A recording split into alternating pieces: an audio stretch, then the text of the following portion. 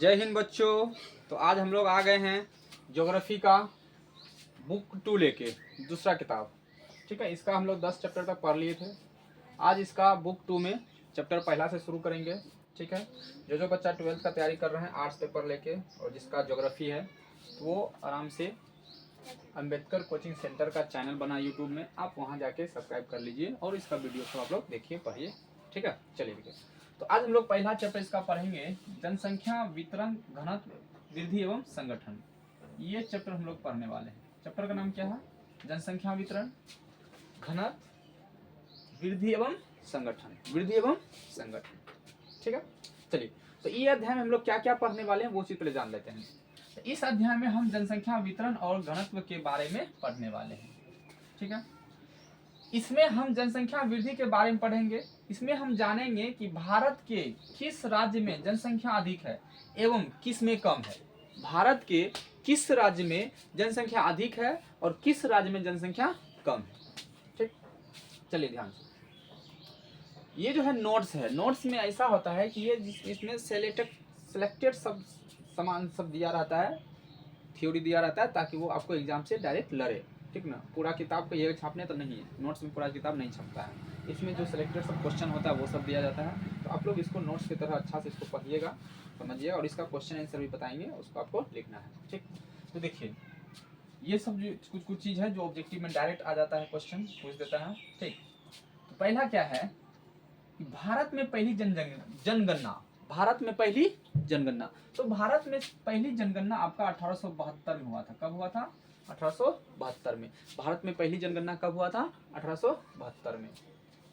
देखिए जनसंख्या के बारे में जानेंगे तो जनसंख्या कैसे हम लोग गिनती कैसे किए हैं, यहीं से अनुमान नहीं है लगा लिए इतना इतना, तो जनगणना करना पड़ा। गिनती के लिए हम लोग जनसंख्या की गिनती करने के लिए क्या करना पड़ा? जनगणना करना पड़ा। जन मतलब क्या होता है? आदमी सब। गणना मतलब गिनना। तो घरे घर जाके कॉपी कलम लेके उसको जाके घर में कितना परिवार है, कितना बाल बच्चा है, कितना क्या क्या, वो सब लिखना होता है। ठीक ना, तो उसका शुरुआत भारत में पहली बार 1872 में हुआ था। कब हुआ था? 1872 में।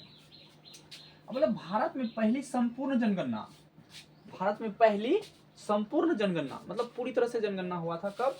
1881 में। कब हुआ था? 1881 में। अब देखिए 1881 में पहली बार संपूर्ण जनगणना हुई जिसमें भारत में रहने वाले सभी लोग शामिल थे। 1881 में पहली बार संपूर्ण जनगणना हुई जिसमें भारत में रहने वाले सभी लोग क्या थे? शामिल थे। ठीक, 1881 के बाद से हर 10 साल बाद जनगणना होती है। 1881 के बाद से हर 10 साल बाद क्या होता है? जनगणना होती है। ठीक, अब ध्यान तो समझ रहे हैं ना, 10 साल बाद 10 साल बाद जनगणना होती है।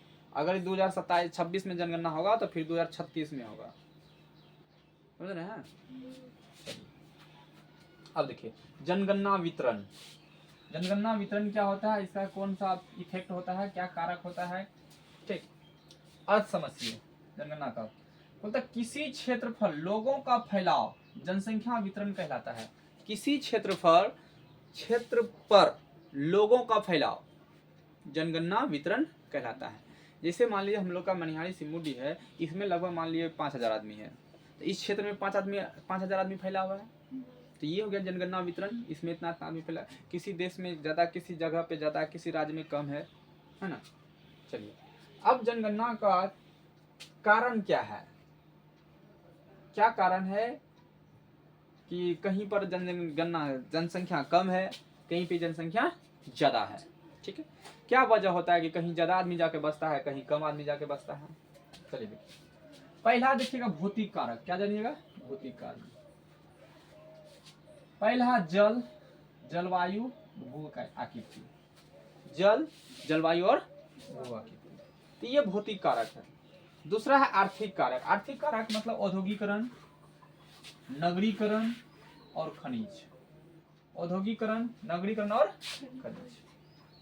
ठीक है, तो जनसंख्या वितरण को प्रभावित करने वाले कारक, जनसंख्या वितरण को प्रभावित करने वाले कारक, ये लाइन यहाँ होना था, थोड़ा सा ये मिस्टेक हो गया है। ठीक है, तो जनसंख्या वितरण को प्रभावित करने वाले कारक कौन कौन है? पहला है भौतिक कारक, दूसरा है आर्थिक कारक। भौतिक कारण में जल है, जलवायु है, भू आकृति है, और आर्थिक कारक में औद्योगिकरण है, नगरीकरण और खनिज है। ठीक ना। अब हम लोग एक एक करके पढ़ेंगे। जल, जल किस प्रकार जो है जनसंख्या को प्रभावित करता है।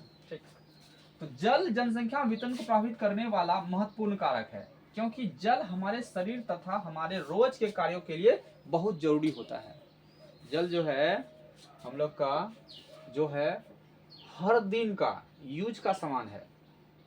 ठीक ना। अगर जल नहीं रहेगा, पानी नहीं पिएंगे तो हम लोग जीव नहीं पाएंगे, मर सकते हैं, है ना। जैसे नहाना, कपड़े धोना आदि, पीने का भी तो काम करते हैं। तो दो चीज उदाहरण दिया। तो क्या जाने, जल जनसंख्या वितरण को प्रभावित करने वाले महत्वपूर्ण कारक है, क्योंकि जल हमारे शरीर तथा हमारे रोज के कार्यों के लिए बहुत उपयोगी जरूरी होता है। ठीक है। दूसरा जलवायु, दूसरा क्या है, जलवायु। जलवायु जनसंख्या वितरण को प्रभावित करने वाला महत्वपूर्ण कारक है, क्योंकि लोग ज्यादातर उसी स्थानों पर रहते हैं जहां ज्यादा जलवायु परिवर्तन नहीं होते, जहां ज्यादा जलवायु परिवर्तन नहीं होते। जैसे हम लोग का ये अभी जगह थोड़ा सा ठंडा वाला जगह है, इसमें उतना गर्मी नहीं होता, ज्यादा ठंडी भी नहीं होता, तो इस सब जगह पे स्थान पर लोग ज्यादातर रहना पसंद करेगा। दूसरा क्या है, रेगिस्तान में कम तथा मैदानों में अधिक जनसंख्या। रेगिस्तान में कम तथा मैदानों में अधिक जनसंख्या। ठीक ना। रेगिस्तान में क्यों, कि जहाँ रेगिस्तान है, जहाँ पानी उनी के प्रबंध कम है, जहाँ हमेशा गर्मी छाया रहता है, तो वहाँ आदमी कम बसता है, वहाँ आदमी क्या रहता है, कम बसता है। मैदानों में अधिक जनसंख्या, जब मैदानी भाग में जहाँ एकदम प्लेन प्लेन अच्छा जगह है, जहाँ फसल उसल भी उगता है, अच्छा खेती गृहस्थी होता है, ठीक ना, तो वहाँ क्या होता है, हम लोग का ज्यादा से ज्यादा आदमी वहाँ रहता है। ठीक, चलिए देखिए आगे आते हैं।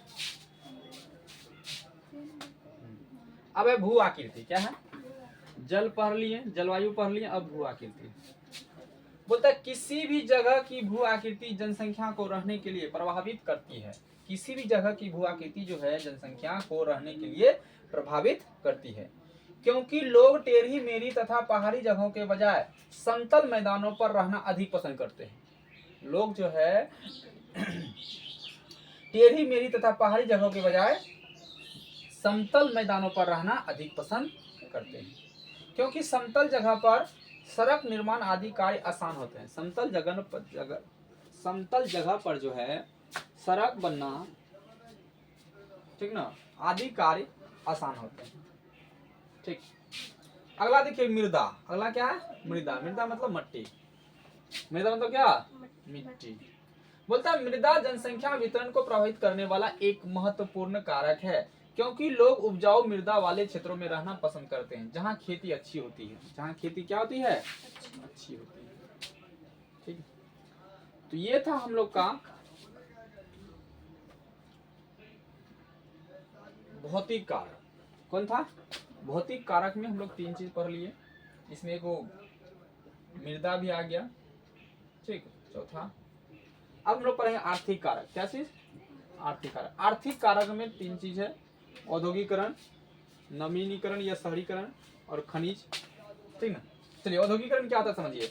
औद्योगिकरण जनसंख्या वितरण को प्रभावित करने वाला महत्वपूर्ण कारक है, क्योंकि औद्योगिकरण से उद्योग की स्थापना होती है, इससे रोजगार के अवसर उपलब्ध होते हैं और लोग काम की तलाश में आते हैं। जहाँ औद्योगिकरण रहता है वहाँ उद्योग खुलता है, उद्योग खुलता है तो यहाँ लोग सब क्या करता है, काम करने के लिए यहाँ आता है, खोजते खोजते आता है।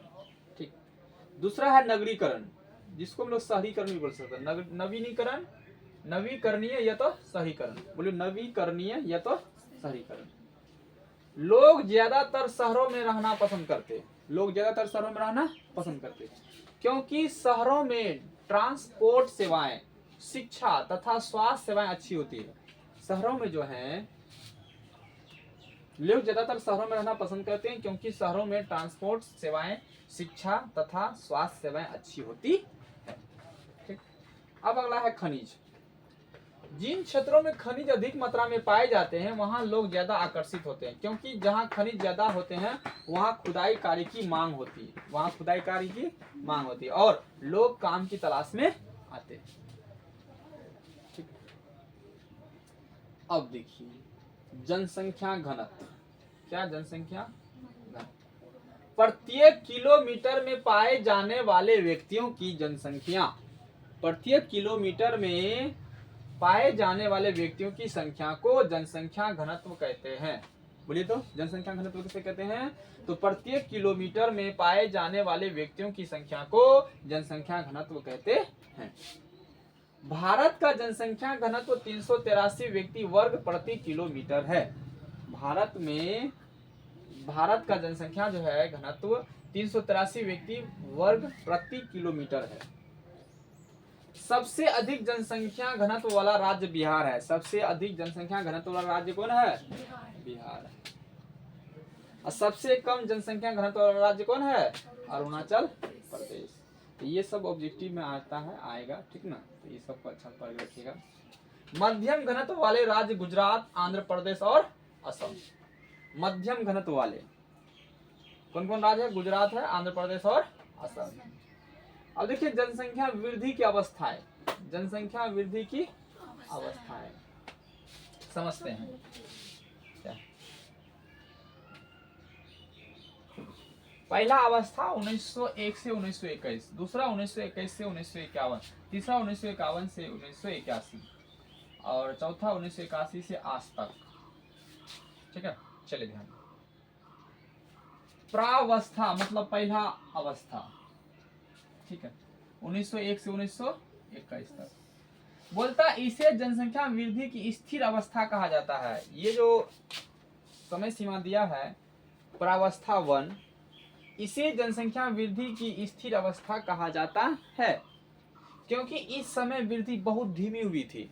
ये समय जो जनसंख्या वृद्धि हुआ था बहुत कम मात्रा में हुआ था, ज्यादा नहीं हुआ था। ठीक है, स्वास्थ्य सेवाएं तथा शिक्षा सेवाएं बहुत खराब थी, इसलिए जनसंख्या बढ़ भी रही थी, परंतु स्वास्थ्य खराब होने के कारण मर भी रही थी।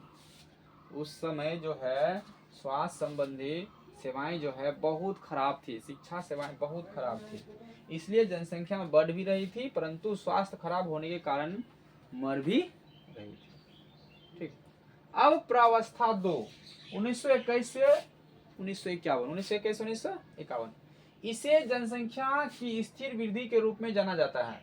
इसे जनसंख्या की स्थिर वृद्धि के रूप में जाना जाता है, क्योंकि इस काल में स्वास्थ्य सेवाएं में सुधार आया, देश में मृत्यु दर कम हुई। इस समय में 1921 1991 के बीच में क्या हुआ कि स्वास्थ्य सेवाएं में सुधार हुआ और देश में जो मृत्यु की दर कम हुई। ठीक है, अब देखिए प्रावस्था 3 1951 से 1981, इस काल को जनसंख्या विस्फोट के रूप में जाना जाता है। 1951 से 1981 जो है, इस काल को में जो है जनसंख्या विस्फोट के रूप में जाना जाता है। इस काल में मृत्यु दर कम हुई तथा जन्म दर बढ़ी। इस काल में मृत्यु दर कम हुई तथा जन्म दर बढ़ी। इस काल में नेपाल, बांग्लादेश, पाकिस्तान तथा तिब्बती शरणार्थियों ने भी जनसंख्या बढ़ा दी।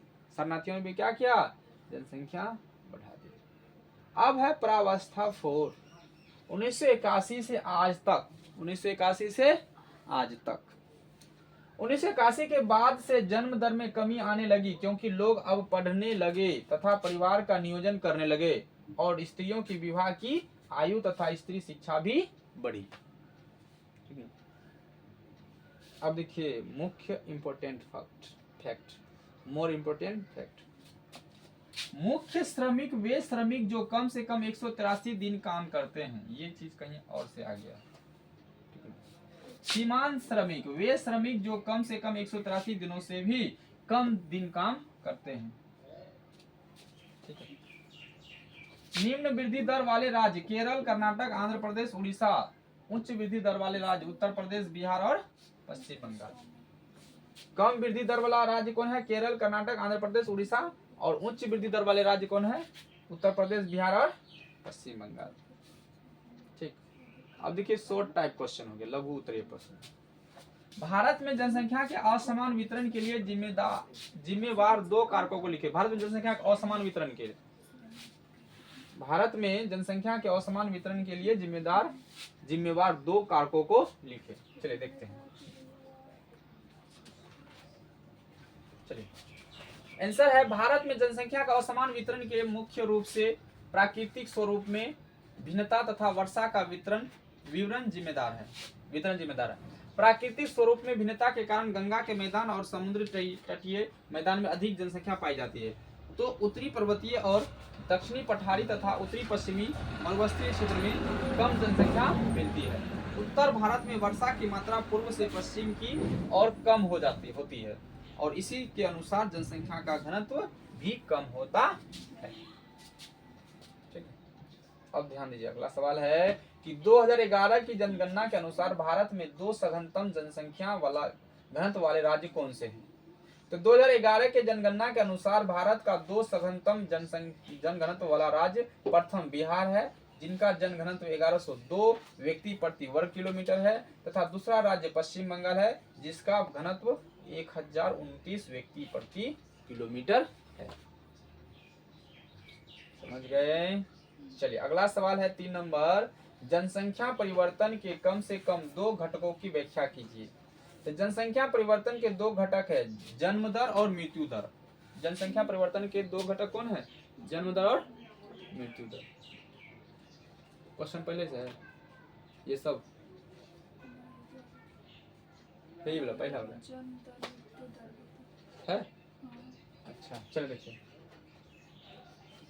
एक वर्ष में प्रति 1000 व्यक्ति पर जन्म और मृत्यु की संख्या को क्रमशः अशोधित जन्म दर तथा अशोधित मृत्यु दर कहते हैं। जन्म और मृत्यु की संख्या में अंतर द्वारा होने वाले परिवर्तन को प्राकृतिक वृद्धि या ह्रास कहते हैं। जनसंख्या के वितरण को प्रभावित करने वाले 4 भौगोलिक कारकों के नाम लिखें। जनसंख्या के वितरण को प्रभावित करने वाले 4 भौगोलिक कारकों के नाम लिखें। जनसंख्या के वितरण को प्रभावित करने वाले 4 भौगोलिक कारक के नाम निम्नलिखित हैं: जल की उपलब्धता, भू आकृति, जलवायु और मिट्टी, वन, खनिज, औद्योगिकरण और नगरीकरण। ये सब जो है जनसंख्या वितरण को प्रभावित करने वाले 4 भौगोलिक कारक हैं। अब जन्म दर व मृत्यु दर के बीच अंतर क्या है वो बताइए। बोलता है किसी देश में एक वर्ष में प्रति 1000 व्यक्ति पर जन्म लेने वाले जीवित बच्चों की संख्या को जन्म दर और मरने वाले लोगों की संख्या को मृत्यु दर कहते हैं। यदि जन्म दर मृत्यु दर से अधिक है तो जनसंख्या में वृद्धि होती है, और यदि जन्म दर मृत्यु दर से कम है तो जनसंख्या में ह्रास होती है। जन्म दर में केवल जन्म लेने वाले बच्चों को सम्मिलित किया जाता है, किंतु मृत्यु दर में सभी आयु की जनसंख्या को सम्मिलित किया जाता है। अब जन्म दर क्या है? 6वां नंबर सवाल क्या है? जन्म दर क्या है? देखिए, जन्म दर प्रजननता का वास्तविक मापन होता है। अशोधित जन्म दर के द्वारा ही यह निकाला जाता है। अशोधित जन्म दर एक वर्ष में जन्मे कुल जीवित शिशुओं की संख्या का उसी वर्ष के मध्य की कुल जनसंख्या से निकाला गया वह अनुपात होता है, जिसे प्रति 1000 में प्रदर्शित किया गया है। इसे प्रति 1000 स्त्रियों द्वारा जन्म दिए गए जीवित बच्चों के रूप में व्यक्त किया जाता है। ठीक है, सेम टू सेम क्वेश्चन है, सब अलग अलग है। चलिए, स्थिर जनसंख्या से आप क्या समझते हैं? स्थिर जनसंख्या वो समझे जिसमें कि जिस समय काल में वृद्धि नहीं हुआ था, जनसंख्या में वृद्धि नहीं हुआ था, वृद्धि हो भी रहा था लेकिन उस समय स्वास्थ्य व्यवस्था ठीक ढंग से नहीं था और जन्म होता था लेकिन आदमी सब मर भी रहा था। ठीक ना, इसलिए उस जनसंख्या को हम लोग क्या कहते हैं? स्थिर जनसंख्या कहते हैं। ठीक, देख ध्यान से। बोलते हैं स्थिर जनसंख्या ऐसी जनसंख्या जिसके आकार पर अपरिवर्तित होते हैं। अशोधित जन्म दर और मृत्यु दर के बीच का अंतर शून्य होता है। यह जनसंख्या का प्रतिस्थापक स्तर है, उदाहरण चीन और भारत। अगला साक्षरता को परिभाषित कीजिए। साक्षरता को परिभाषित कीजिए। राष्ट्र संघ के जनसंख्या आयोग ने उस व्यक्ति को साक्षर माना है जो किसी भी भाषा में एक साधारण संदेश को पढ़ लिख सके तथा समझ सके। भारतीय जनगणना विभाग ने इसी परिभाषा को अपनाया है। 1951 से भारत में 18.33% लोग शिक्षित थे, जो 2011 में बढ़कर 74.04% हो गया। भारत में जनसंख्या वृद्धि की प्रमुख अवधियों का उल्लेख कीजिए। भारत में जनसंख्या वृद्धि की 4 अवधियां हैं। स्थिर अवधियां 1901 से 1921। इस समय जनसंख्या में 0.31% की कमी आई। 1921 को भारत की जनसंख्या वृद्धि का वृहत विभाजन वर्ष कहते हैं। अब देखिए दूसरा सामान्य वृद्धि 1921 से 1951 का समय रहा। ठीक, तीसरा अति तीव्र वृद्धि 1951 से 1981। 1951 में भारत की जनसंख्या 36.11 करोड़ थी, जो 1981 में बढ़कर 68.38 करोड़ हो गया। है ना। अगला 4 नंबर, वृद्धि दर में कमी के निश्चित संकेत के साथ तीव्र वृद्धि 1981 से 2011 तक में हुआ। अब है अशोधित मृत्यु दर की गणना कैसे की जाती है।